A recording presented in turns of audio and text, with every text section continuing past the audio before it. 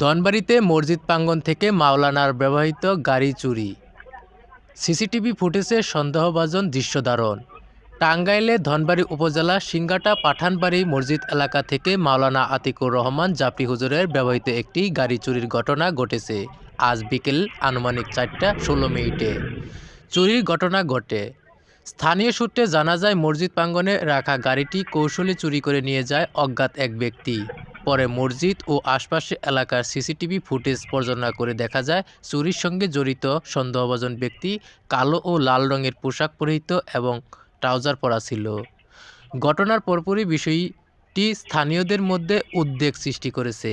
মাওলানা আতিকুর রহমান জাফরি হুজুর ও সংশ্লিষ্ট চোর শনাক্ত সবার সহযোগিতা কামনা করছেন।